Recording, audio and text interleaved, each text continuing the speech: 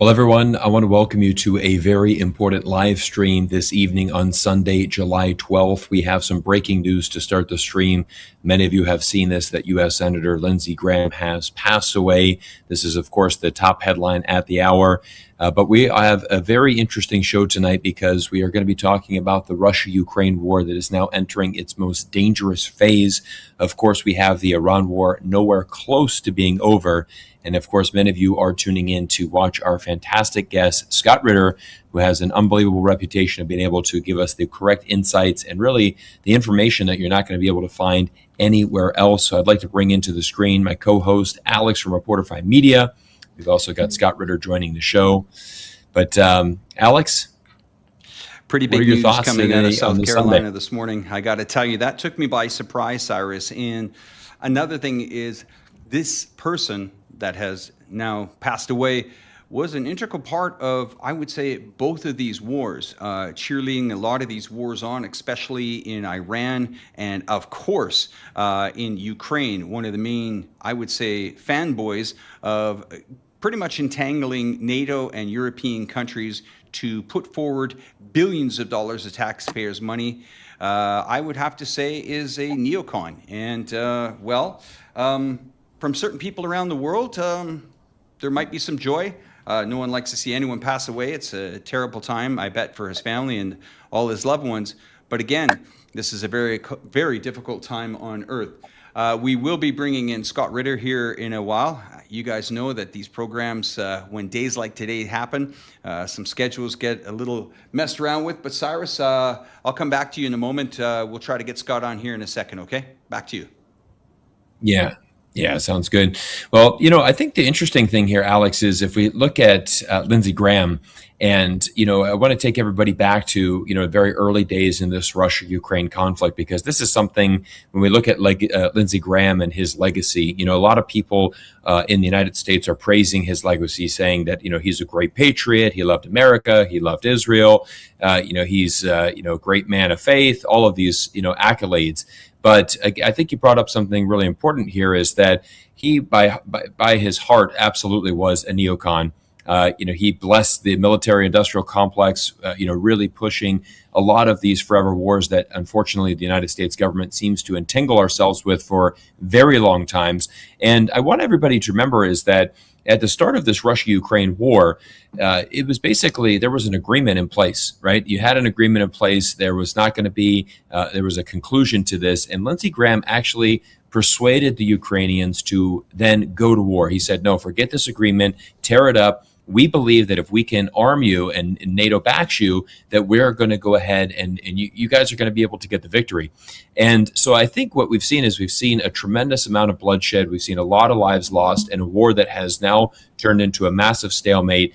And unfortunately, because of the timing of this, now going in, been fighting, really this started back in 2014. But I mean, as you look at the timeline of this, 12 years of long conflict, again, millions of lives interrupted, homes destroyed, territories fought over. And for what? What is the ultimate goal here? What are we really trying to do here? We see that Donald Trump, again, when he was elected, he said, on the very first day, I'm going to be able to end the Russia-Ukraine war. The very first day of my term in office, my second term.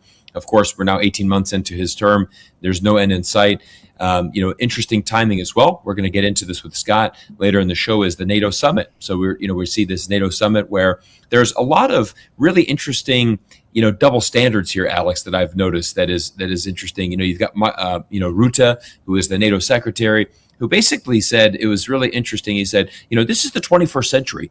Countries are not supposed to be invading other countries. This is not what we do in the 21st century.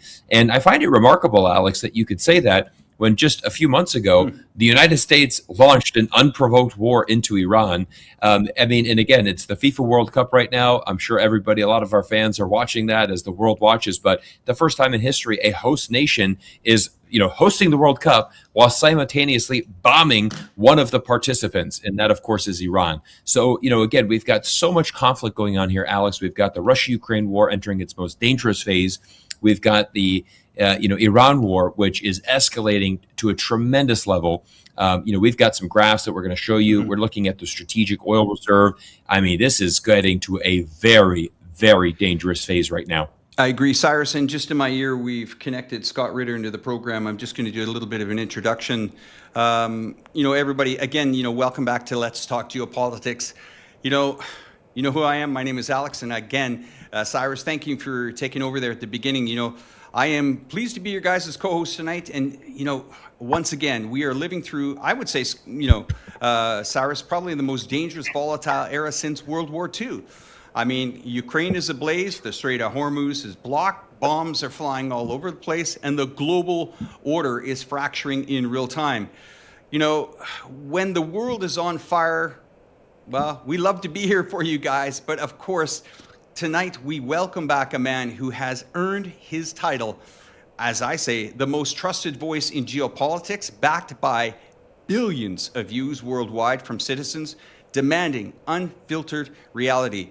He doesn't guess, he knows. A former UN weapons inspector and Marine Corps intelligence officer, he has stared down this exact crisis we are witnessing here this weekend and tonight. He's our definitive guide through the fog of war. Please welcome back to the show, once again, Scott Ritter. Thanks for such a glowing introduction. I hope I can live up to the hype. Thank you, Scott. Thank you for joining us. Yeah, that's it.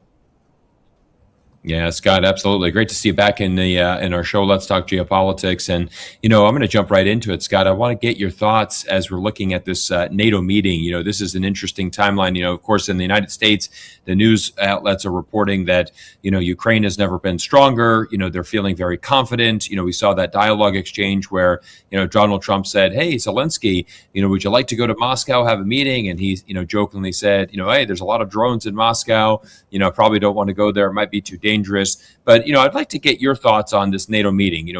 We heard, a lot of stories, a lot of reports coming from there. Where is NATO right now? Where are we at in this situation, middle of July, as we're looking at this Russia-Ukraine war? Well, NATO's dead in the water. I mean, there is no NATO. It exists in name only. What was accomplished at this meeting? The fact that people open up a checkbook and write tens of billions of dollars worth of checks to themselves, because this is what we're talking about. If we parse out most of this money, it's not going to Ukraine. It's going to fund, conceptual defense industry projects, down the road. For instance, Donald Trump saying, I'm going to give you a license to produce Patriots. I can guarantee you not a single Patriot missile will ever be produced in Ukraine. That's an absolute 100% guarantee. Even if the war wasn't happening right now, you couldn't get a production facility up and running, and even just a modest assembly plant inside of 2 years. Of course, there is a war running right now, which means the concept of Ukraine building a 6,000 square meter facility from scratch and having that survive in a wartime when Russia's hunting down such facilities and destroying them on a daily basis is laughable. The NATO meeting was basically, all bluster and bluff. What do they have? Nothing. They keep talking about Article 5. Well, I'd like to know what NATO is going to bring to Article 5. If Russia were to, for instance, attack a NATO nation that's currently at war with it, Article 5 doesn't apply. People need to understand that NATO is a defensive alliance. It doesn't give, the NATO charter does not give nations the right to initiate a conflict without the, support of, a NATO, Chapter 4 consultation, for instance, and then cry defense when somebody responds. And yet, when we look at what Germany's doing, when we look at what United Kingdom's doing, we look at what France is doing in Finland and the Baltics, they are active participants in a war against Russia. International law is quite clear on what they're doing and what the consequences could be if Russia, chose to do so, which would be legitimate self-defense under Article 51 of the United Nations Charter. But NATO lacks any meaningful military power projection capacity. There's literally no capacity to project power in any meaningful, sustainable fashion into Ukraine today. So all this talk about NATO doing this, NATO doing that, what did we learn about NATO? We learned that NATO will stand by while the United States openly says that they're going to take over Greenland and do nothing. That's some defensive alliance there. Russia isn't attacking NATO, but the United States is talking about physically taking control of territory belonging to a sovereign state, a member of NATO, and there seems to be no reaction from the NATO membership. The United States has basically blackballed Spain, a critical NATO member. And what was NATO's response? Nothing. What can NATO do? I mean, look at the three loudest voices in NATO outside of the United States: France, United Kingdom, Germany. Macron is history. He's toast. He's gone. Marine Le Pen might be the next president of France. Whatever France is doing today isn't going to be done when Marine Le Pen becomes president. Look at Germany, Merz. He's not long for this world politically either. And whatever coalition emerges in the next elections will probably be inclusive of Alternative for Deutschland presence. And I can guarantee you that the trajectory they will take Germany on is far different from the trajectory that Merz is considering it right now. I say considering because let's just be frank here. Germany may have published a white paper that talks about the potential conflict with Russia in 2029. Germany will not have a military capable of this. Their military is collapsing as we speak. People tend to forget that in 2022, Olaf Scholz asked for a $100 billion infusion, one-time infusion into the German military to bring it up to snuff. That $100 billion was spent and nothing happened to the German military. It's as decrepit and dysfunctional as it is today as it was before the $100 billion. They want to talk about expanding the military from 146,000 standing army right now to one of nearly 500,000. Nobody's signing up. Nobody will volunteer. Nobody wants to defend Germany. They don't have a defense industry worthy of the name. So Germany's out. Great Britain, Keir Starmer's out. We don't know who's going to replace him, but whoever does, it doesn't matter. Their military today could not fill a soccer stadium. There's a World Cup taking place right now, and if you put the entire British military inside one of the World Cup stadiums, you'd have 30,000 unsold seats. That's not a military power worth their name. So we're literally talking about a NATO that doesn't exist. It exists in name only. Now, there's a huge propaganda campaign being played right now. And, the world's falling for it. Yes, Ukraine is getting drones from the West, building their own. And yes, Ukraine is launching drones. And yes, those drones are impacted. How do I know? I was there. I was in St. Petersburg the morning that 96 drones were launched on the first day of the St. Petersburg International Economic Forum. You know what the impact was for the population of St. Petersburg? Nothing. Zero. There was some smoke in the sky, and people went, oh, and then they got on with their lives. This isn't like the shocking thing where the people suddenly are panicking. Gilbert Doctorow can go to hell. I'm sorry, I'm just going to bring up his name in a derisive fashion every chance I can get until he has the courage to debate me live. Who's that again? Who's that? Let's hear it.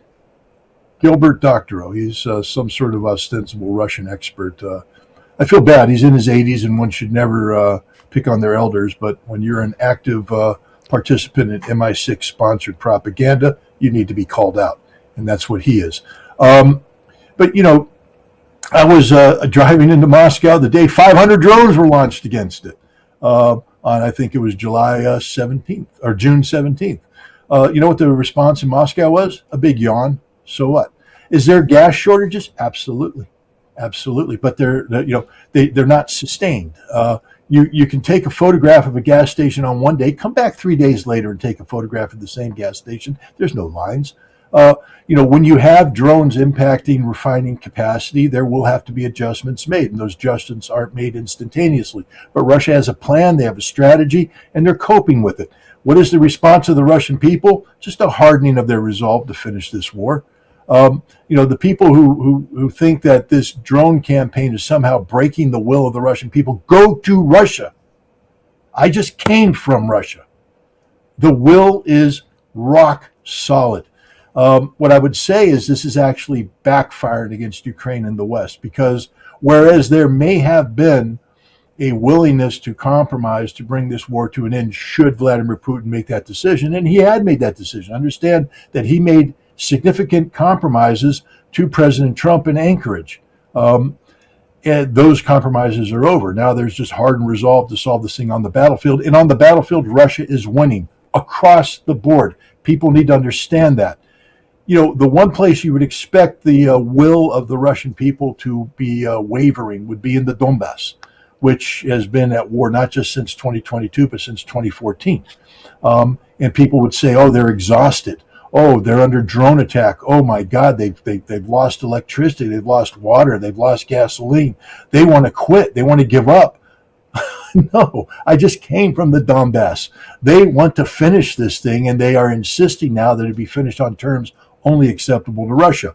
The Donbass is Russian. The people who live there are Russian, and there is no wavering there. I've never seen a more determined people in my life. I was in Zaporozhye, which is at the heart of the current drone campaign. The Ukrainians are seeking to sever the land bridge using drones that they tried to sever using a ground offensive in June of 2023.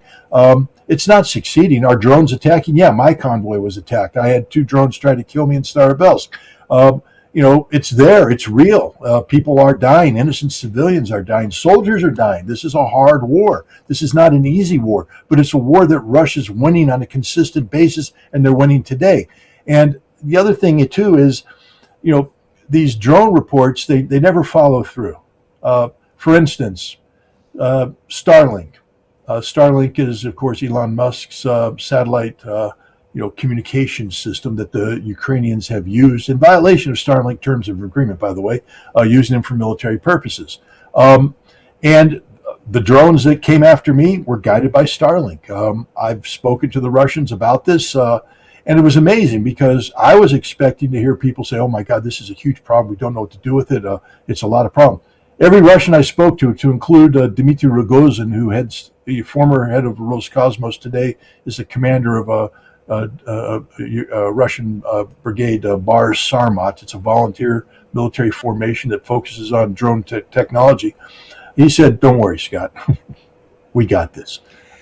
We've sorted the problem out. We've got this. And as we speak right now, Starlink is being shut down sector by sector by sector in the Donbass and Zaporozhye.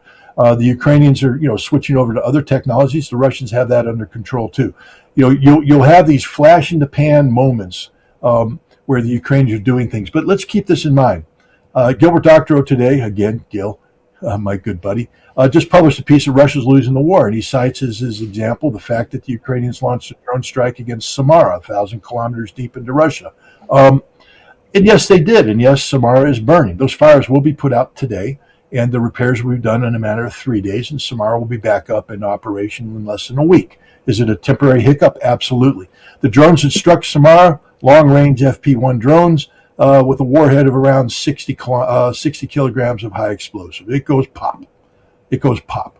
And a lot of these drones are going pop throughout Russia, and they're causing some inconvenience. Vladimir Putin himself acknowledged this in a recent statement.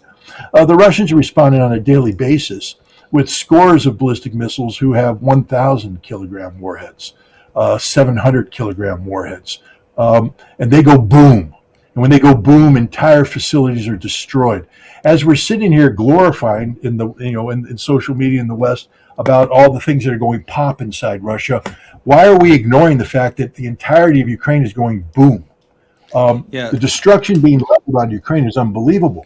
And so if we're going to sit here and say Russia's losing the war because things are going pop here and there, and I'm talking about here and there, you launch 500 drones and 8 get through, this is not a victory.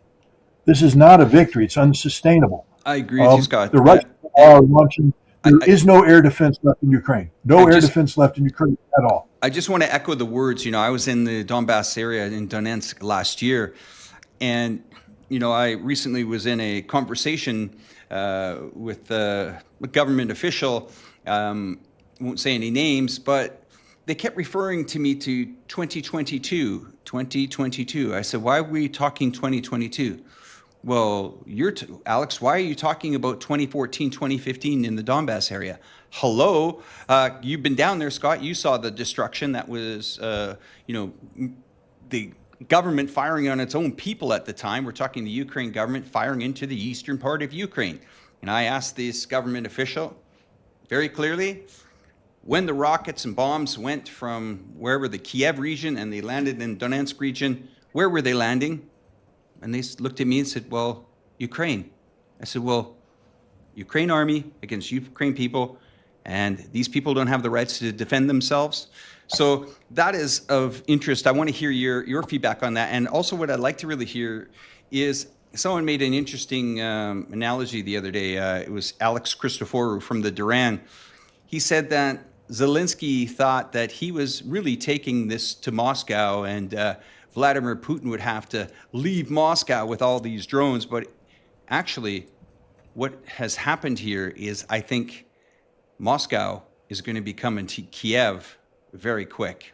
I'd like to hear your input on this. Well, Moscow is coming to Kiev. Again, let's look. I have been for some time a proponent of Russia, the need for Russia to strike Europe. I've done sound military analysis. I've identified correctly that NATO has turned itself into a secure base of logistics, industrial operations for Ukraine, so that German factories can produce drones without fear of consequence, supply them to Ukraine, and Ukraine can then attack Russian targets using Western intelligence. So in effect, it's a NATO attack on Russia using Ukraine as a proxy. And I have said, and it conforms with international law, that Russia has every right under Article 51, preemptive self-defense, to take these factories out. And I, as a military man, have been saying all along, this is what I would advocate for, openly for. And I did. On June 4th, I was at St. Petersburg International Economic Forum, and I participated in a panel discussion on the future of diplomacy. And while everybody else, including the Deputy Foreign Minister of Russia, the head of INGIMO, the Russian Foreign Service Institute, and professors from this esteemed establishment, talked about the necessity of diplomacy, I lost my temper, as I am wont to do, and I basically concluded that Europe is the equivalent of a rabid dog, and Russia must shoot the dog. And I said that openly, to great applause and to the dismay of the Russian diplomats. They appreciated my sentiment, but I was schooled the next day. And this is important because people keep accusing me of flip-flopping or changing. The beauty of being a good analyst is that when you absorb new information, you bring it in, you consider it, and then you reevaluate your position based upon this new evidence. And it doesn't matter what Scott Ritter wants or what anybody wants. The only thing that matters is what the Russian leadership believes and how they will act upon this belief. Vladimir Putin gave a presentation at the St. Petersburg International Economic Forum on June 6th. I had the honor and privilege of sitting in the second row of the plenary session, meaning that he's literally a short paper airplane throw away from me. So, I'm a trained observer. Spent a lot of time doing interrogations, staring Iraqis in their face and judging their physical response to different stimulus. I watched Vladimir Putin deliver this speech. I could see the sweat on his forehead. I could, see, as he moved, I watched all of his movements. This was a man in total control of himself, no panic, etc. The presentation he gave at the St. Petersburg International Economic Forum came a mere 2 days after Ukraine sent 96 drones into St. Petersburg. And one would have thought that this man would be screaming for vengeance. This came less than 2 weeks, or a little more than 2 weeks after Ukraine murdered 21 students in Starobelsk, a horrific crime against humanity. And one would have thought that Vladimir Putin would have been saying, I'm going to bring vengeance. Vengeance is mine. He'd have every right to. The speech he gave did make no mention of Ukraine whatsoever. It talked about Russia's future. And at that moment in time, a light bulb went on in my head, and I said, this is a man who has decided that this Ukrainian conflict will not define the future of Russia. Now, I wasn't totally bought at that point in time because I thought that this was a little naive. I actually was a little disappointed that I was listening to his words because it's not what I was expecting to hear. But then I watched him enter the question and answer period, and Vladimir Putin came out. And what's important is that he gave a speech, and it meant that his primary objective is the economic well-being of the Russian state and of the Russian people, and that he singularly focused on creating a stable environment for investments. And he was able to convince enough people, and Russia was able to convince enough people during the forum, that $84 billion worth of contracts were signed, investments, direct investments into Russia's future. That's pretty good salesmanship. And this was done at a time when St. Petersburg is under constant drone attack. The world isn't isn't looking at these and said the world that deals with Russia isn't looking at these saying, oh my God, Russia's weak. They looked at Vladimir Putin and said he's strong, and Russia's strong, Russia's resilient. But Putin, in the question and answer, when asked about the special military operation, asked about a letter that Zelensky had written that ridiculed Putin and talked about the long-range sanctions and the need for Putin to come to the peace table. He basically gave a Stalin-esque type order to the military, ordering them to continue the mission and onward to victory. And then he finished with a touch that maybe if you're not Russian and you don't know Russian history, recent Russian history, you wouldn't understand it. But he said, Работаем, брат. Keep working, brothers. This is a statement that was made by a Dagestani police officer when he was captured by terrorists a few years ago, and they filmed his execution. They said, do you have anything you'd like to say? He said, yes, keep working, brothers, meaning telling his guys, don't quit, keep going, no matter what. And it's become the rallying cry. When you go and speak to soldiers on the front, they all, at the end, just Работаем, брата. And the people that are working in the Donbass, in Работаем, брата, keep working, brother. This is the rallying cry. And he looked in the camera and he said it straight to the soldiers. And people need to understand what that means. Keep working, brother. This war isn't going to end because of anything Zelensky's doing or NATO's doing. It's going to end when Vladimir Putin's Russia wins this war on terms that have been dictated by Vladimir Putin. This is the ultimate reality of this. And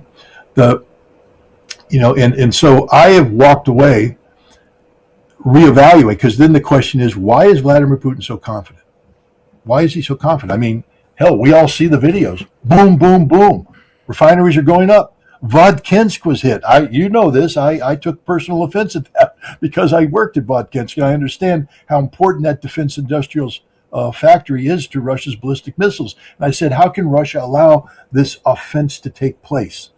And the answer is because Russia's winning this war. And this is what people need to understand. All this other stuff, all this drone is a distraction.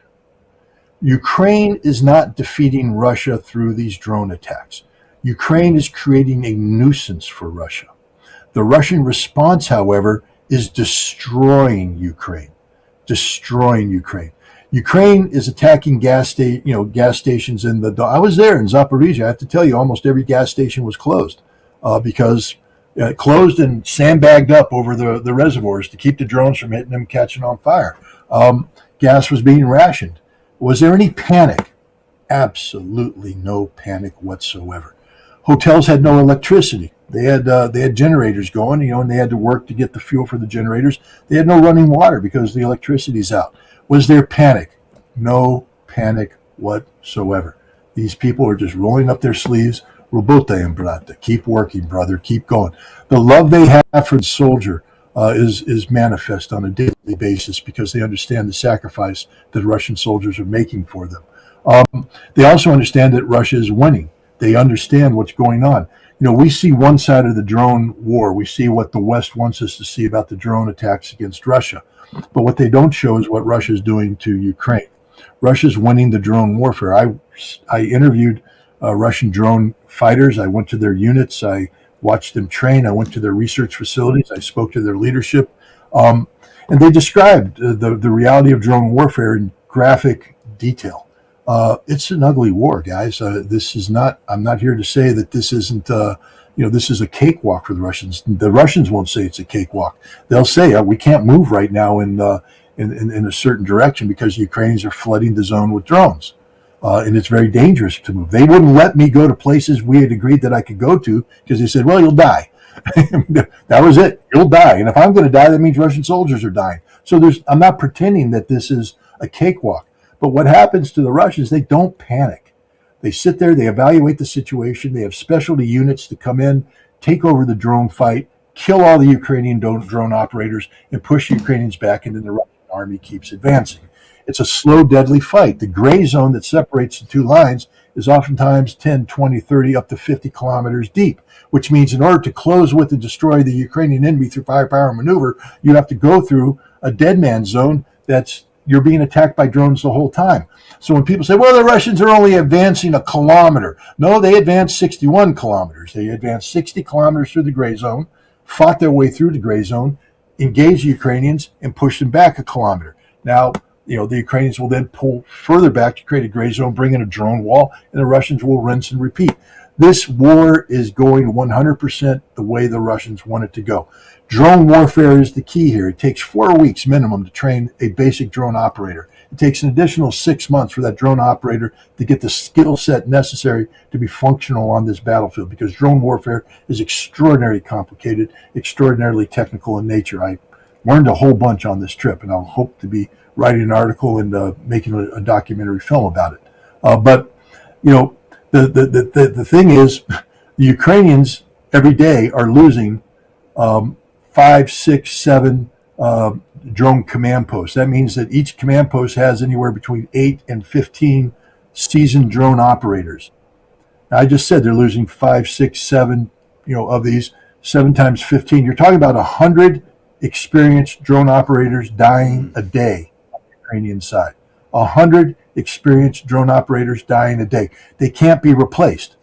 So, what the Ukrainians have done is surge capacity in the month of May and June, got tremendous, psychological warfare benefit from this through the hype of Western media. But right now, in the middle of July, they're all dead.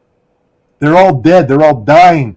The victories they're claiming are short-term victories. Meanwhile, Russia is slaughtering them at the front line, advancing on the front line, and devastating their industrial depth. Russia is now expanding its target deck to go beyond purely military targets. Look, Donald Trump, did anybody listen to the stupidity he said to Zelensky? I mean, he gave away the farm. He said, Ukraine's got a lot of drones. They're making them in basements. Really, Donnie?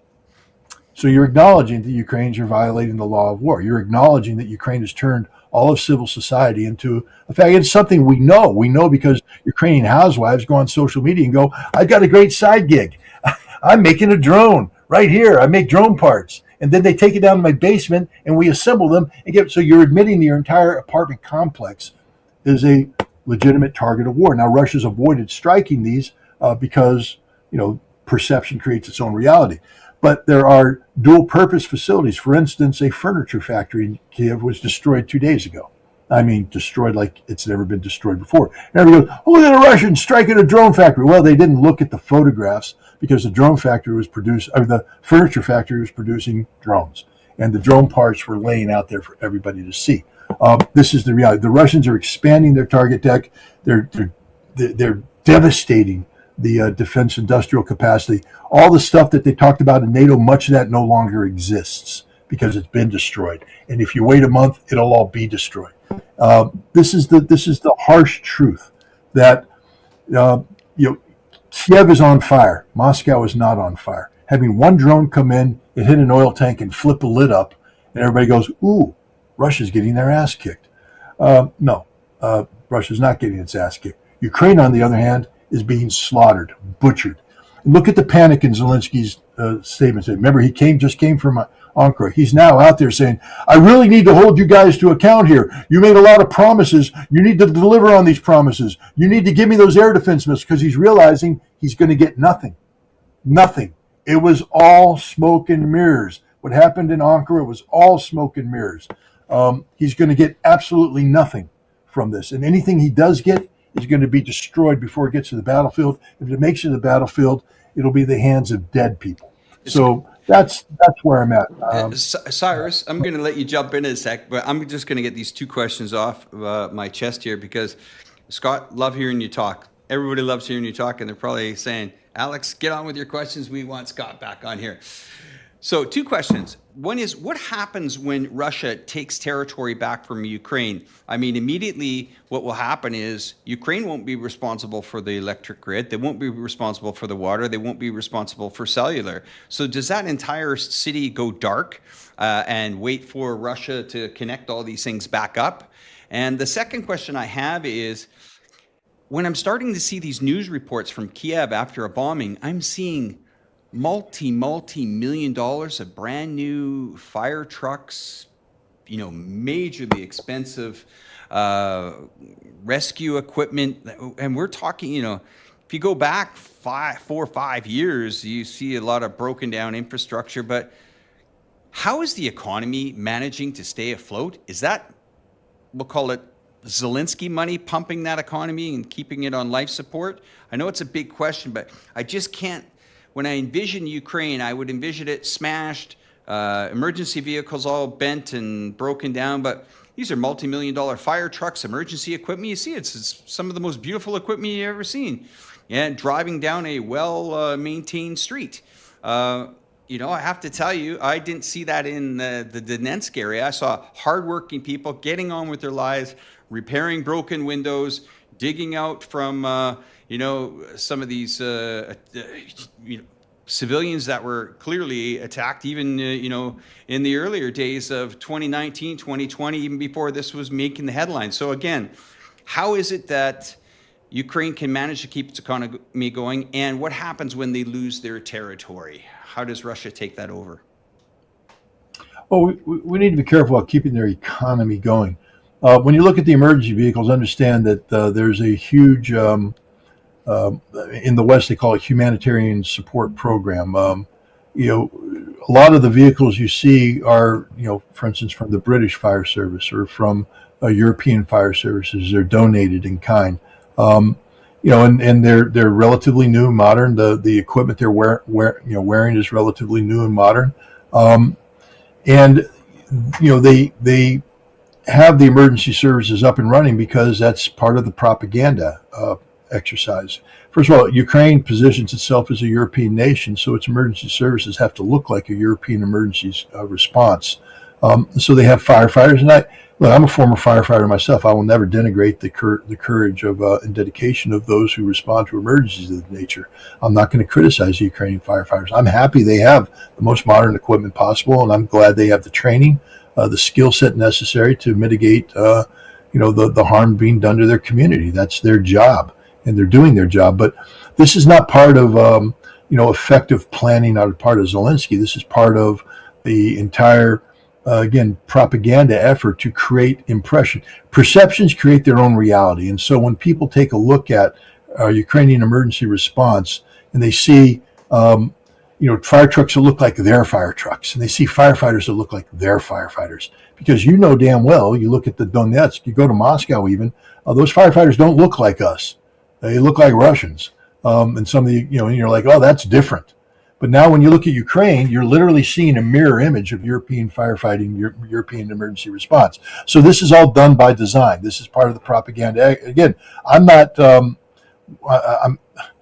a firefighter, I have a little nice spot in my heart to those who rush into fires, even if they're Ukrainians.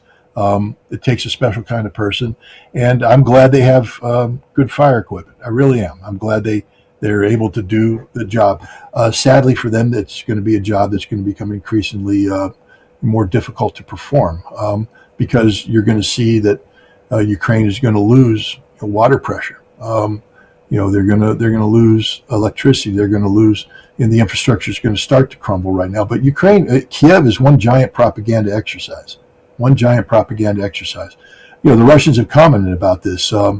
Because somebody said the other day after one of these attacks, it disrupted there used to be parties and nightlife, and now because of the Russian attack, there's no parties tonight. I don't know, maybe there shouldn't be parties. You're a nation of war. But Ukraine has maintained this whole concept of, we're like you.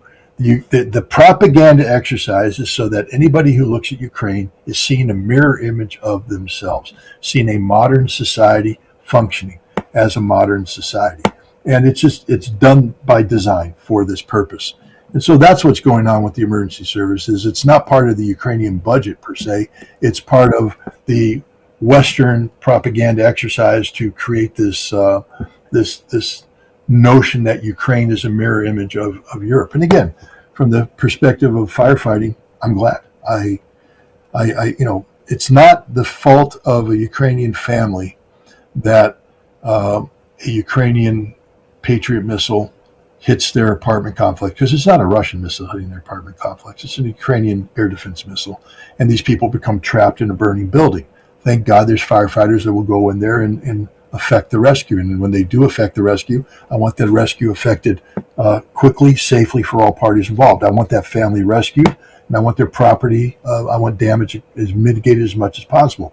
I'm not out for bloodlust revenge against the average Ukrainian civilian.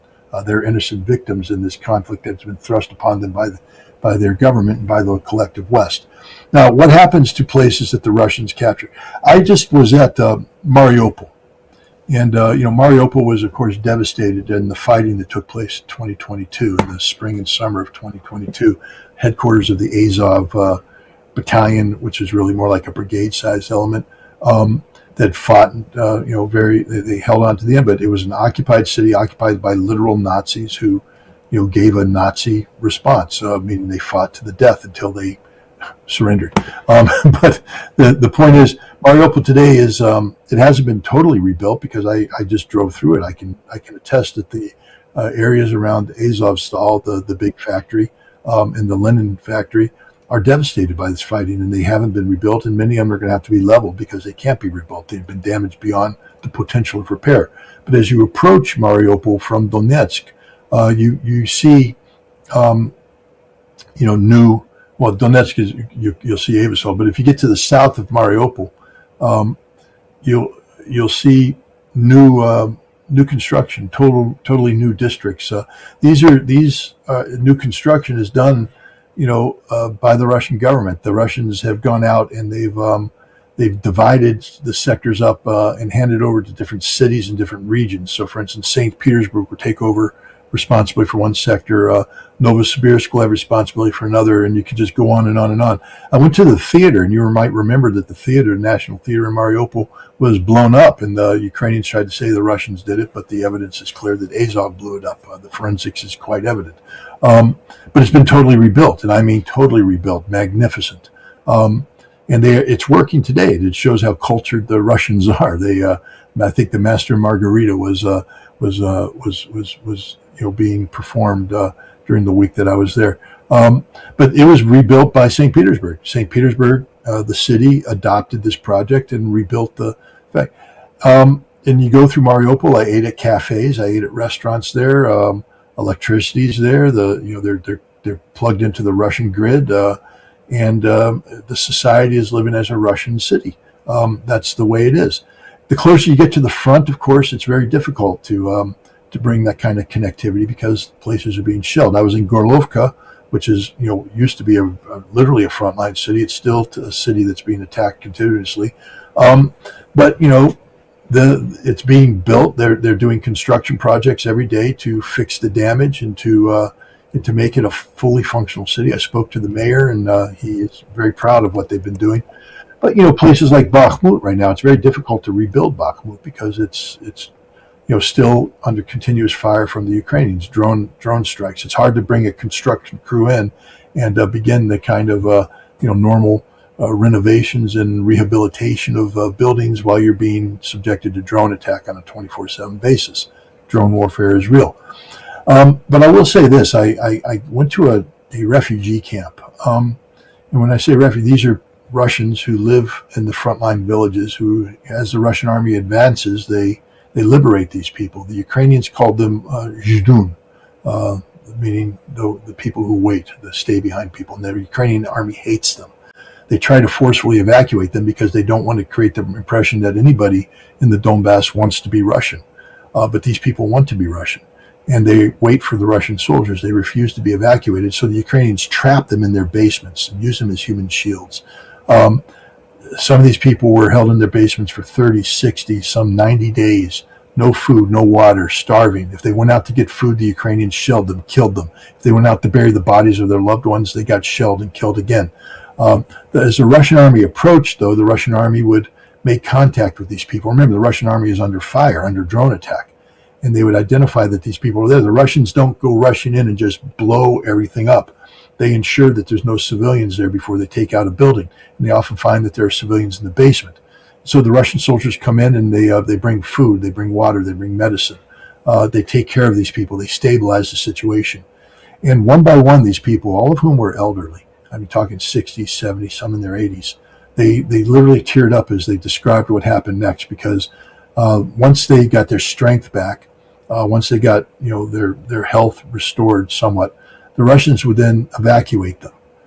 And they talked about how they would come out and the Russian soldiers would literally cover their bodies with their own bodies, absorbing the shrapnel from the drone strikes, the artillery strikes.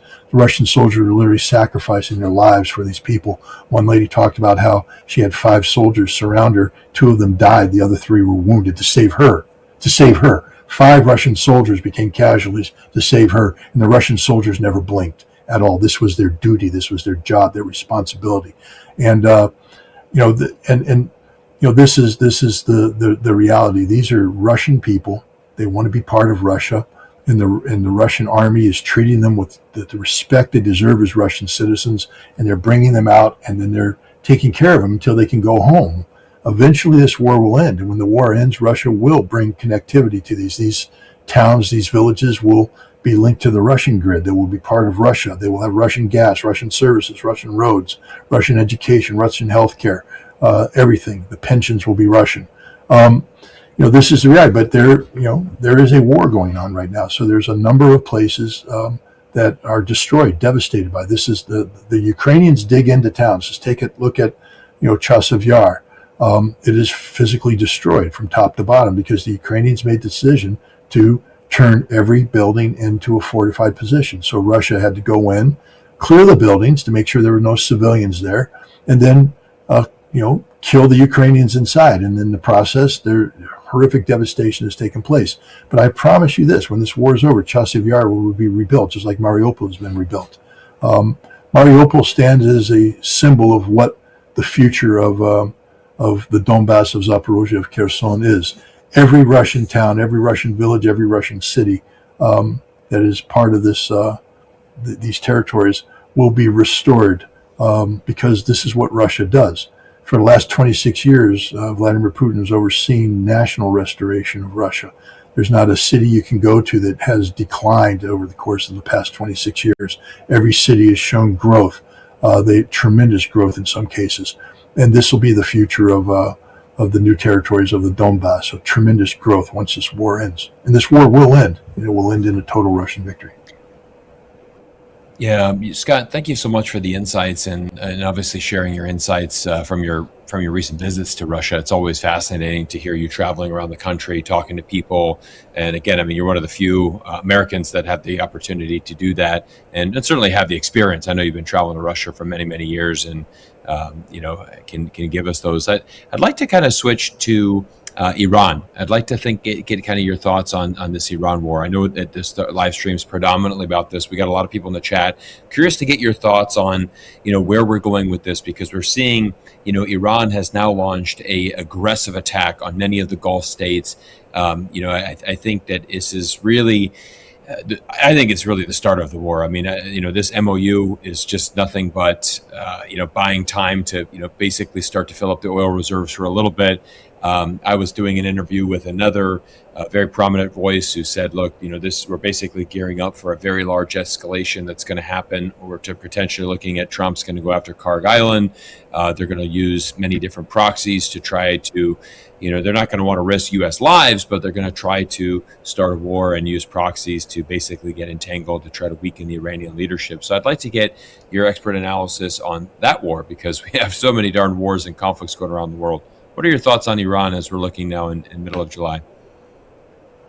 I just want to remind people that the United States fought an unsuccessful 39-day war against Iran. People tend to forget that, and we lost. We came out with Iran with everything we had other than nuclear weapons. B-2 bombers, massive ordnance penetrating bombs, cruise missiles, other missiles, standoff missiles, long-range strike missiles, F-35 aircraft, F-15 aircraft, A-10 aircraft. You name the aircraft, we had the aircraft. And we lost. Just want to put that marker down. Because we didn't just lose, we depleted our strength. We don't have stockpiles of air defense systems capable of repeating that exercise. We don't have stockpiles of long-range strike weapons capable of repeating that exercise. So when people keep saying, well, we're getting ready to see another full-scale war. No, we're not, because the United States is incapable of fighting that kind of war. We can't do it again. We can do short bursts, which is what we're doing right now. And then the other thing that we can't sustain over time is, another oil crisis. The Strait of Hormuz is effectively shut right now. Iran has mined the southern approach that the United States was advocating, the Omani coastal, transit pathway. That's gone. It doesn't happen. Doesn't exist. The only way you get through the Strait of Hormuz is going through Iranian-controlled passages, and you have to pay a premium to do that. And if you don't, then you get sunk, or you get hit. And the United States can't change that calculus. I don't know how many times we have to listen to Donald Trump threaten to take Kharg Island. Apparently, Donald Trump doesn't know anything about how to do amphibious assaults and what the consequences would be. How are we going to take Kharg Island? I mean, I'm curious, because the two Marine Amphibious Ready groups are on the other side of the Strait of Hormuz. They got to go through the Strait of Hormuz to get to Kharg Island, and they're not going to get through the Strait of Hormuz. So how do you get the Marines there? Well, you use helicopters. Okay, I want to remind people that the last time we did a large-scale helicopter assault on a defended island was Koh Tang Island in May of 1975. Didn't go well. 8 of the 11 helicopters approaching were shot or damaged. I think 3 of them were shot down, a number of Marines killed, and we ended up having to, evacuate under fire. We left 3 Marines behind who were captured and executed. We don't leave Marines behind, but that's what we did there because we lost that battle. We will lose the Battle of Kharg Island, not because Marines can't fight, but because some battles just can't be won. That's the reality of it. So, what's he talking about taking Kharg Island? We're not going to take Kharg Island. If we land paratroopers on it, they'll all die. If we land Marines on it, they'll have to be evacuated. So it's a fantasy world that he lives in. He talks about things that just aren't going to happen. But the big thing that's not going to happen is that, he can't afford to have the global economy shut down right now. Saudi Arabia rediverted 70% of its oil production away from Strait of Hormuz, routing through Yanbu. And that means that now it has to exit using the Bab el-Mandeb Strait. The Houthi can shut that down at will. And right now the Houthi are sort of in a, that's in Yemen, are in a shooting match with Saudi Arabia and its proxies. And it may very well go that they will shut down the Bab el-Mandeb. Dmitry Medvedev called it Iran's thermonuclear weapon. The nuclear weapon, of course, is the Strait of Hormuz, which is now effectively shut down. So, whatever, J.D. Vance said, the MOU is just fake. Well, thank you, J.D., for that burst of honesty. You now confirmed everything the Iranians said about you in the United States. We're in agreement incapable. It was just designed to buy time for the United States to get oil supplies up. Okay, we got the oil supplies up. And now what? We're engaged in a struggle now that's just reversed everything we gained, and it's only going to get worse. The United States does not have a military solution to this problem. Iran does have a military solution to this problem, but Iran also has an economic solution to this problem. And, this is the fact. So I don't see us heading towards a major war simply because the United States can't afford to do it. What I see is the United States being agreement incapable.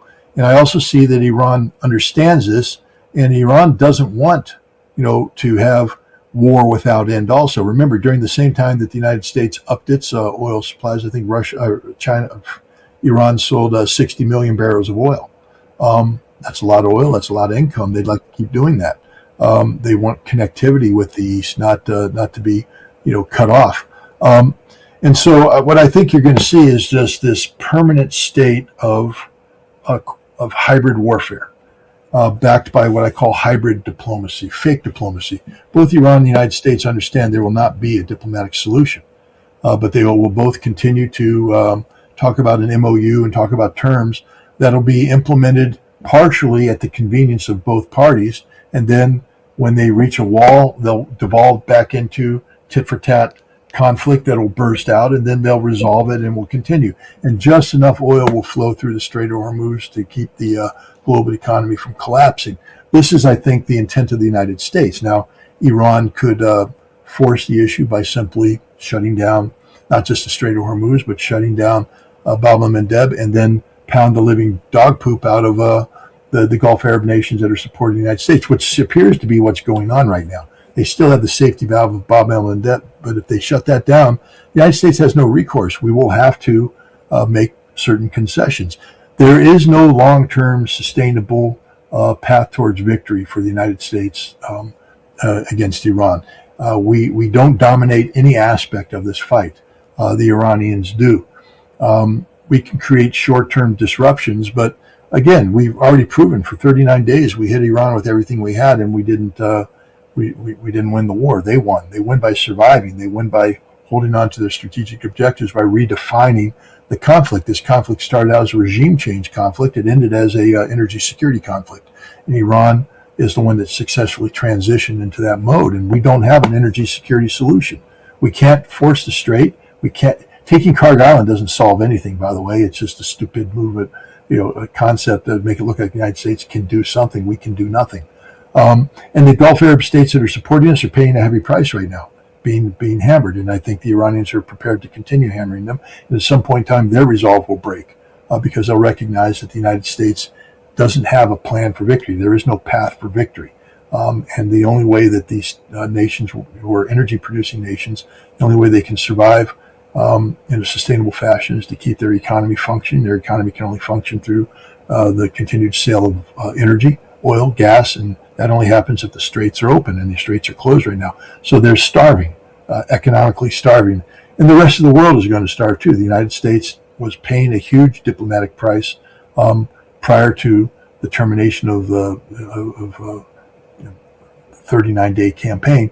The world barely recovered. In some cases, I saw a graphic. I didn't have a chance to fully assess it, but I saw a lot of red arrows going down. So I assume that means a lot of bad things are happening in energy supply and the economy, and that's the reality of it. And this will also be bad for the United States for Donald Trump at the midterm election. So the path the United States has taken is an unsustainable path. Iran can sustain it a lot longer than we can, but neither side wants to have a permanent state of a full-scale war. The question is, how do you get the United States to agree to concessions that are reflective of reality? The United States continues to want to. Donald Trump wants to, gain at the negotiating table that which he failed to gain on the battlefield, and Iran's just not going to sacrifice the advantages they have. What would happen to Iran if they gave up the Strait of Hormuz? They lose all leverage. They're not going to give up the Strait of Hormuz. What would happen to Iran if they gave up their ballistic missile program? They'd be dead. They're not going to give that up. Their nuclear program, they're just not going to concede on issues of sovereignty. The United States could easily have come up with a nuclear solution, but it would have been one that reflected reality, not the fantasy that Israel's trying to impose of zero enrichment, zero, etc. But right now, I just see us going through this this seesaw of conflict, escalation, de-escalation, escalation, de-escalation, escalation, de-escalation. I don't see us lurching towards a resumption of full-scale war simply because the United States is not in a position to wage that kind of war anymore. We don't have the ammunition to do it.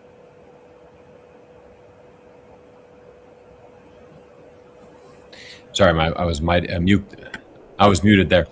Yeah, I don't think there's a military solution for the United States. It's basically going to come down to a question: is how badly do we want to lose this war? Right? How badly? When do we cut our losses and essentially get out? I mean, I think it is actually remarkable when you look at. That's a political question. Sorry, not a military question. That's a political question, and I don't think that question can be accurately answered until after the midterms.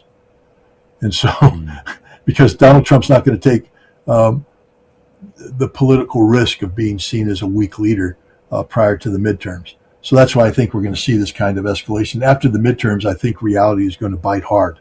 Donald Trump will have to make certain concessions that are reflective of reality. Yeah, I think so.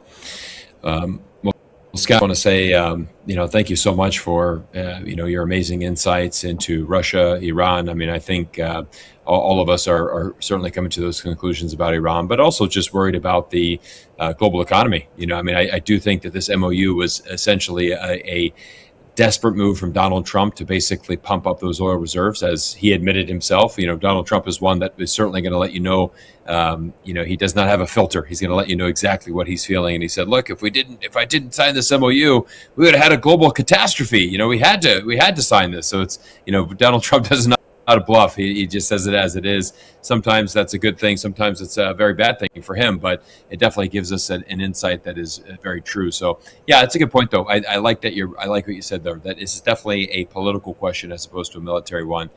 This is going to be the tit for tat, back and forth. It's going to be some instability, but Donald Trump's got to try to keep that facade up until at least the midterms. And then after that, who knows what's going to happen? It's going to be a wild ride. I'll bring back Alex. And Alex, any final questions that you have, my friend? Scott, you've been so generous with your time today, and I know our guests and our viewers are always such a big fan of seeing you on here. Everybody, scottritter.com, scottritter.com, scottritter.com, scottritter.com, scottritter.com. Please, please, please check that out. Is that where we find you, Scott?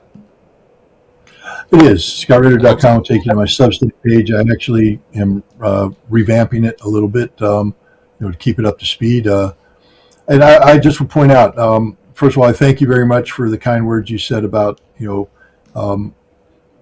the value added from my visits to Russia. I also had the honor and privilege of attending a pre-NATO conference in Istanbul, Turkey, and such. And there's opportunities coming up that could take me to China, could take me to Iran, who knows? But none of it happens without support. And I am an independent journalist, and I get my salary from my Substack subscription. So thank you for all of those who do a paid subscription. It's a free subscription if you can't afford it, and I don't compel anybody to do it. So if you want the information, it's there. If you want to help put the roof over my house, a subscription. If you want me to travel, that's done purely by donations. Again, people have accused me of being on the payroll of several nations. I'm on the payroll of you, the viewer. You're the ones that make this possible. If the donations come in, I can continue my work. If they don't, I can't. And that's just the way the life works. But I'm not beholden to anybody but you. And if you donate, that means that you appreciate what I'm doing as an independent journalist. And I'm deeply grateful for that. And if you do a paid subscription, I'm deeply grateful for that as well, because that gives me the freedom of mind to be able to write and publish and make documentaries. I have 2 documentaries that are in the process of being finalized. One I call The Chechen Miracle, which focuses on Chechnya and the relationship it has with Russia. It's a unique relationship. The relationship it has with Islam and Christianity, again, unique. And the second one is The Gray Zone. It's about about drone warfare, again, derived from my most recent trip, a trip that was made possible by your donations. And so there's product coming out from this that I think is valuable, adds to the overall discussion. But I'm deeply grateful for you, Alex, and for you, Cyrus, for allowing me to come on and talk with you and to talk with your audience. And I'm deeply grateful for the support that your audience has provided over the years. Again, Scott, after the show, absolutely. I will be heading over there to make a donation, as I do. Thank you again. It's a great pleasure to have you on the program. I know you got a busy schedule today. I bet you do. What's the next show you're going to end up on, Scott? Well, today actually it's about after this show it's going to be homework. I've been gone a long time, and I have obligations on the domestic front, and so we're going to be going out and taking care of these domestic obligations that have built up over time. But I think tomorrow I start bright and early with just the normal round. I have my schedule here. Let's see. Put us on there in the next couple of weeks, so I don't have to email you so much, buddy. Well, I'm going to. I'm taking one more trip on the 16th. I'll be gone till the 24th. But when I get back, we can definitely do something. Awesome stuff. Awesome stuff. That sounds great, okay, Scott. We got your links in our description. Everybody head over to scottritter.com. This guy is solid. And again, Scott, have yourself a great day. And we'll stay on the show here with Cyrus. We've got some other topics to cover. But thanks again, Scott. We really, really appreciate it. Thanks, guys. Yeah. Thank you, Scott. We'll see you soon. Well, Cyrus, let's head over to some China stuff, man. I mean, we're both in China here. You're in China. I've got a couple of topics that are quite bizarre. The worst thing a major conglomerate company, an international company, can do is ruffle the feathers of consumers here in China. Well, yes, Louis Vuitton has done that. Louis Vuitton, what are you guys doing? LVMH is one of the biggest companies in Europe, actually one of the biggest luxury companies coming out of France. They sell champagne, they sell designer handbags. You and I have seen those stores all over the place, especially when the consumer in China is very important to the bottom line, Cyrus. We really know this because we talk about this all the time, that yes, there's a lot of China outside of China, but then there's a lot of United States, a lot of Europe inside China, selling to the consumers here. Well, here's something interesting here. A company is being sued for allegedly copyright using Louis Vuitton's logo. And we're going to hear from a social media influencer about this story. Let's roll the clip, guys. The biggest news in China right now is Molly Tea was sued by Louis Vuitton for infringing the brand's trademark by using the brand's signature four-leaf clover design. The Suzhou court just ruled in favor of Louis Vuitton, so Molly Tea has just been ordered to pay Louis Vuitton 10.3 million RMB or around 1.5 million USD within the next 10 days. However, Molly Tea will be appealing the decision. The Chinese netizens, however, are not buying it, and most are standing on the side of Molly Tea, even though the logos are quite similar. Many Chinese netizens are saying that this design existed in China very early on and has more than 1,000 years of history, at least since the Tang Dynasty. In China, this design is classified as Haitan Weng or Haitan crabapple blossom floral motifs.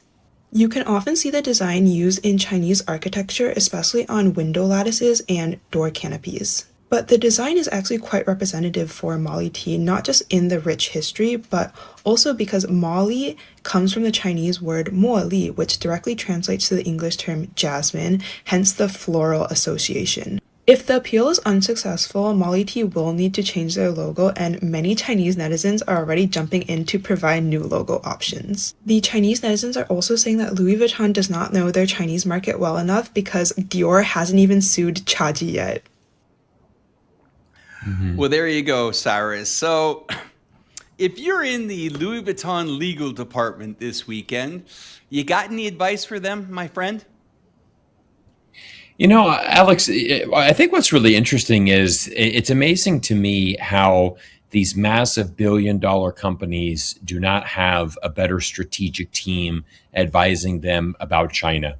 And I mean, a very similar case was, last month, a Canadian company, for both of us have roots back to Canada. Lululemon. Lululemon had a very similar catastrophe where they actually did an entire campaign of having all of these people performing yoga on the Great Wall of China. And incredibly, they got huge Japanese drums and were drumming these Japanese drums on the Great Wall. They ended up having to cancel the entire campaign because obviously that did not sit well with a lot of Chinese netizens. Now, again, my wife actually was telling me that story before that broke. And she was just like, how do you have a company like Lululemon? Think about the logistics, right? Bringing hundreds of people to the Great Wall, the cameras, the photography, the lighting, all the logistics involved with that, right? You're talking, millions of dollars to put on this campaign, but yet don't source the correct drums. Some people might think that it's a little petty, but the reality is that, the Chinese market is a very patriotic market. And so again, a similar thing, I think with this one is, that the key tweet there was they're not mad for Louis Vuitton, defending its intellectual property, but they're more upset in the fact that they don't understand its Chinese citizens and the culture more. If you actually spend time in China, and again, if you have strategic people on your team that understand China, they would have been able to identify that immediately. Like, hey guys, this is actually something that's been in China for thousands of years. It'd be actually a great marketing opportunity for China. I was just thinking that. Right. Let's do a cross collaboration, guys. Let's get a bit of tea and some handbags going at the same time. It's a win-win. But let's go. Imagine a Louis Vuitton show at one of these classical gardens with those, with the beautiful, logos and the artwork, in the Chinese gardens there. That would be fantastic. That would have absolutely blown up on Chinese social media. So it's a good reminder. We get so many questions about China. Of course, you and I have been doing business in China probably over 40 years of combined experience, Alex, between the two of us. So the key thing is just a good friendly reminder to anybody that's wanting to do business in China. You have to have the insider knowledge. I mean, you have to really understand the culture.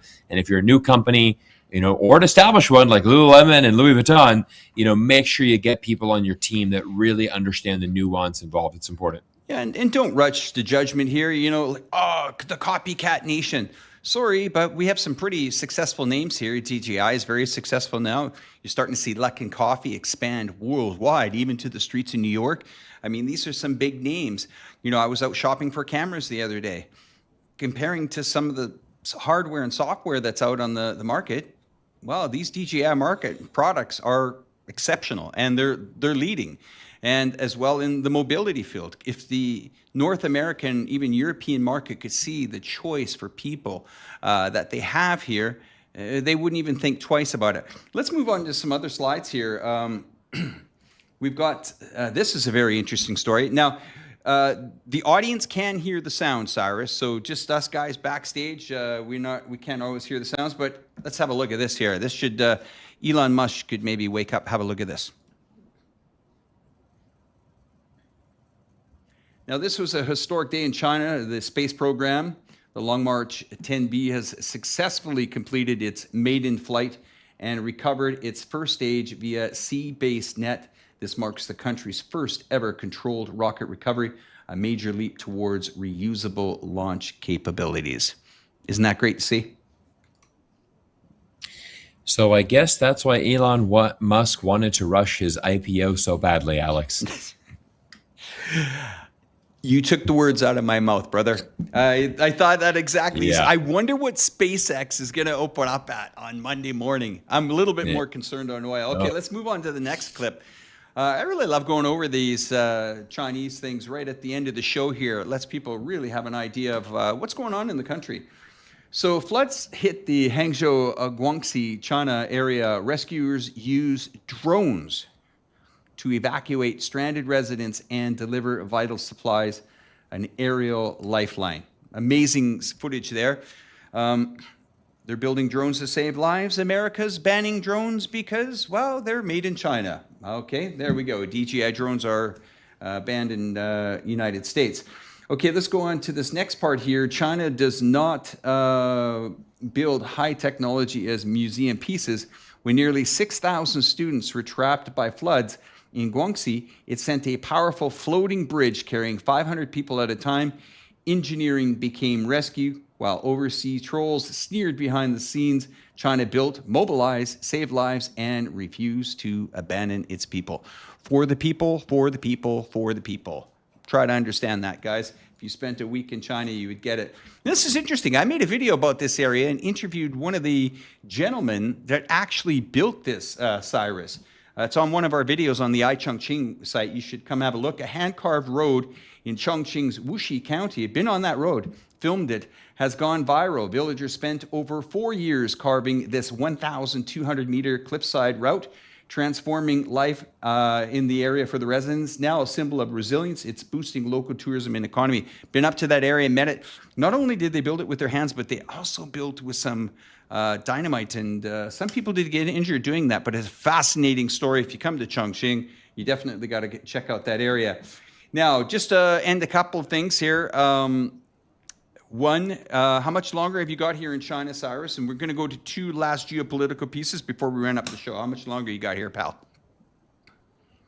Yeah, so I'm in my last week in China. If everybody, I think knows my story. I come back to China for 2 months every single year. We spend the summer here as a family. I've been on a very aggressive tour, just doing a lot of interesting projects and, filming a lot of videos and, just trying to keep my heartbeat, really on the pulse, I should say, trying to keep my pulse on China, really what's going on in the country. And I think for someone that runs a geopolitical YouTube channel who has a big focus on China, it's important to come back into the country often and really understand that. When we look at Scott Ritter, this is a guy that has been traveling to Russia for, I'm probably sure, decades. I don't know how many times he's been there, but he spent a tremendous amount of time. So that, for me, as someone who's never visited Russia, that's why I always like to interview people that have that on the ground experience. Alex, I know you have had that experience as well. But it's also where I think credibility really comes in. When I talk a lot about China, because I've spent close to 20 years here, traveling here, living here, speaking the language, I'm very immersed in this country. And so, it's been a great tour. My wife and I, we took our 3 kids to Beijing last week, had a great time with the children there, really showing them all of the Chinese history. Beijing is a city that I really love spending time in. But I've got one more week here in Guangzhou, Alex. We go back to Hong Kong next weekend, and then we, back to the United States to continue our journeys. 2 more clips. I actually prefer if we can get Cyrus into this clip here. That one there. Well, okay, let's put Cyrus in. Can we do that? Is that possible? We can put Cyrus into this clip that's on the screen now. We're just going to put you up there. Okay, Cyrus, this is something you're an American. I don't know if you can see this clip here, but this is the U.S. interventions since World War II. Yeah. This is getting pretty hot geopolitically here in the world, isn't it? And you see a few more slots to fill in there. They're going to be Iran. Are they going to get involved with the Ukraine now? I mean, this is getting pretty scary. Well, we're definitely involved in Ukraine already. I mean, it's we've had a very, this U.S. senator that just passed away, like I opened the show with, he was very involved in Ukraine from day one. The United States heavily involved in Ukraine. Obviously, we attacked Iran. That should definitely be added to this list. I've used this slide before in several of my YouTube videos before. It's been well circulated on the internet. I think this is a slide that many Americans are very frustrated with. I would say that the majority of Americans, when they look at this, they become very frustrated because, our government, we know that it simply has an addiction to war. We know that the system is not built to represent the needs or serve the needs of the people. It very much is involved in, fueling the military-industrial complex. And unfortunately, chaos and disorder is very profitable. And that is an unfortunate truth about the world. We look at the puppet regimes that we've installed across the world. We look at the coup governments. We promise democracy and we deliver chaos. And that is a line that I think really kind of encapsulate what a lot of the United States foreign policy is. We look at, for example, let's add in Venezuela to that list at the start of the year. The whole thing was to be, a regime change. Look at how, day one, we kill the Ayatollah in Iran and we say, now is your freedom. Go grab your freedom. We've delivered it to you. This is a regime change. And that was quickly abandoned. And that's what Scott Ritter said as well. It started off as a regime change operation. Now it's shifted to certainly just trying to survive so that the global economy stays intact. And so I agree with Scott. We had Donald Trump admit, look, we had to sign this MOU. We need a relief. The Iranians got a relief too. They're able to sell a ton of oil and certainly generate a lot more money during this MOU. But the Iranians, as we've had Professor Morandi on the show, the Iranians know there will come more attacks in the fall. It is without a doubt. Don't forget, it's super hot weather right now. It is not a feasible time to be launching any type of ground invasion. But I just launched an interview on my channel last night with Professor Jiang Sui-Qin here in Beijing. I actually had the pleasure of actually going to Beijing and filming that interview in his house. I was actually his first. I was the first ever person to actually go meet him at his residence. We sat on the couch, had a great interview. And, that is exactly what he said during that interview. So you haven't seen that video yet. It's off to a great start. A lot of great comments from people. Really happy that I went to Beijing to meet up with him. And I was just very grateful to do that, Alex. But yeah, frustration is a very common sentiment, I think, around many Americans who, we're tired of our government prioritizing war and not doing enough for the people. And I like what you said. If you come to China for a week, you're going to see a different type of government that provides for its people. And it's very evident when you just start walking the streets of China. Cyrus, I'm going to give you the last part, but I'm just going to mention a couple of things, and then maybe you can tell everybody what's happening on the 19th. I won't. You can. Yes. I'm just going to bring up a couple more pieces here that I find a little bit disturbing. I watched this interview with Netanyahu on CNN. It was given to me from a friend of mine in the United States in Chicago, a good guy. Thanks, Brian. It's an interview with CNN. Netanyahu warned that the sale of America's most advanced fighter aircraft doesn't make Turkey a friendly state to the United States. To me, if you listen to that interview, is Netanyahu looking to expand this war? Something to think about there. Well, I got an interesting side, addition to that, Alex. Mark Rutte, NATO Secretary General, he's done an interview. What happens if Israel does expand and, for example, goes to Turkey? What would that mean? Would that trickle in Article 5? And he said, well, we don't want to speculate about that. And she said, well, it's just a question. And he said, well, that's something that we're not going to speculate on. And so, again, it's an interesting, hold your breath. It's a very interesting thing. It's a very interesting thing. I mean, I believe that a tremendous amount of pressure. I believe that Netanyahu knows that he is in a very difficult situation, that if he were to lose his reelection in October, that he mostly would then go to jail for corruption charges. So again, it is in his best interest to keep the war going. Very similar to Zelensky, where basically, hey, we're in the middle of a war, so we can suspend the Constitution, we can suspend elections, and I can rule indefinitely. It's a very similar playbook for Netanyahu, who has to have this war and chaos. 92% of Israelis believe that agree with Scott Ritter that the United States lost this war to Iran. So Israelis are not happy. They want this war to continue. We know the Israelis are going to continue expanding. They have that greater Israel vision. I believe the Middle East, we are at the very beginning of this conflict. Yeah, we're nowhere close to a resolution. I totally agree. Did you want us to play that NATO clip? You know what? We have it loaded up. Why don't we just go ahead and play this, because it's a very interesting one. So let's play that clip. NATO is there to protect us collectively against any adversary, be it Russia or whoever, or terrorism.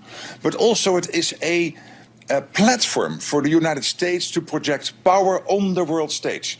Because this whole operation now, this whole campaign in Iran, needs these Beijing requests to be positively engaged with by NATO allies, as they are doing, making use of key assets here in Europe. So the fact that we stick together, the United States and Europe and Canada, is crucial also for the success of this American-Israeli campaign. Yeah, success. Okay, here's my last window. Go ahead, brother. Two things on that. Notice what Rutte said there. Yes. The purpose of NATO is to project American power. Okay. Wow. I didn't think that was the purpose of NATO. Yeah. I thought NATO was a defense alliance. I thought it was the defense alliance, which, by the way, was created to combat the threat of the Soviet Union. The other one, I got to call out Michael McFaul on Twitter. He was a former U.S. ambassador to Russia. I mean, he always sends out these really interesting tweets where he asks these questions like he doesn't understand these things. And I mean, this guy speaks Russian, former U.S. ambassador to Russia. He's kind of the, quote unquote expert on Russia, but he's just like, he asked these open-ended questions like, what, I noticed that in 1991, Metallica had a concert in Moscow. Why don't the Russians like us anymore? And I'm like, are you seriously asking that question? I'm like, how about the fact that we have always treated Russia as an adversary, even after the Soviet Union? I asked him, I just asked him on Twitter, I said, people. Why? They lost 27 million people, the Soviet Union, defending. And I said, well, yeah. And I asked him, I said, well, how come after the Soviet Union fell, why didn't we invite Russia to NATO? Why didn't we allow Russia to join the European Union? But we've treated them as an enemy ever since the fall of the Soviet Union until this day. They've always been the enemy. Crazy. So, let's go to my last slide here, because this one, Professor Morandi chimed in on this one. Tomorrow morning, everybody, who knows where oil is going to go here. But these are some estimate projections from some of the experts in the oil. As we see, the oil does trade in paper trade, and we see it paid in delivery trade. Paper trade can be kind of almost fictional to the financial markets. We call it window dressing on Wall Street, but the true reality is at the pumps. And one that is coming here, we see that there is an estimated only 100 to 150 days of inventory, emergency inventory, left in the United States. That capacity has dropped a lot. If you go to Japan, there's estimated 80 to 120 days. And I think these are being very generous, to be honest with you. 70 to 100 days in the European Union, 60 in South Korea, and China, it says that has 120 to 160, and actually building. So what we see here, there's a projection between 30 to 60 days of all these emergency inventory of running out of oil. That's why they've managed to keep everything under control. Monday morning is a whole different ball game because everybody thought this was fine. The MOU, oil was trending down. Everyone thought they were getting back to normal. Well, the door is shut, guys, and the Strait of Hormuz is closed. Absolute banger program today. Over 7,000 people watching this live stream of Let's Talk Geopolitics. Here with my buddy Cyrus Janssen. Amazing to have Scott Ritter on this program. But Cyrus, you're going to close out the show. You can tell everybody what's happening on the 19th. I'm going to be silent now. You take it out from here, my friend. Sounds good. Well, everyone, I want to say thank you to everyone who came in and supported. I saw a lot of people in here from the chat from the beginning. You guys have been here for over 90 minutes, and it's amazing to see the support. We love running this show, Let's Talk Geopolitics, every Sunday. And to kind of keep up with that, Alex and I actually filmed a very special episode in Chongqing. Now, this is actually going to be launched as a pre-recorded live stream. So what we're going to be doing is we're going to be loading this up into YouTube. It's very difficult logistically to film this live in Chongqing because what we wanted to do is actually go to different parts of the city, talk about China, and we actually film this at night as well. So we have the beautiful skyline. The video footage from this is absolutely incredible. So we're going to continue our Sunday night show. But next Sunday is going to be a very special episode where Alex and I are walking around the city of Chongqing at night, talking about China, talking about, the Chinese market, the rise of China, everything, touching on the future of artificial intelligence, electric vehicles, the Chinese economy, everything that you want to know about China. Probably have about an hour show. I'm not sure how long the video is. I forget, when we were walking and talking, but that is going to be loaded up because that evening I'm actually going to be flying back to the United States. So I wanted to make sure that we still keep our Sunday time slot. So if you guys are getting used to this Sunday time slot, wherever you are in the world, we're going to be keeping up with that. And it's something that we've never done before, but it's going to be something unique. And so make sure that you bookmark that and make sure that you come back in on Sunday. We'll probably be in the chat box, chatting with you guys live. But of course, it is actually a pre-recorded live stream, that we've done on the streets of Chongqing, something brand new to YouTube. We're really excited to debut that. And I tell you, you are going to want to see this video. The video is spectacular. So everybody, thank you for spending time with us tonight. And Let's Talk Geopolitics. Let's go ahead and roll that outro. And we'll see you from the streets of Chongqing next Sunday on July 19th. Thank you all.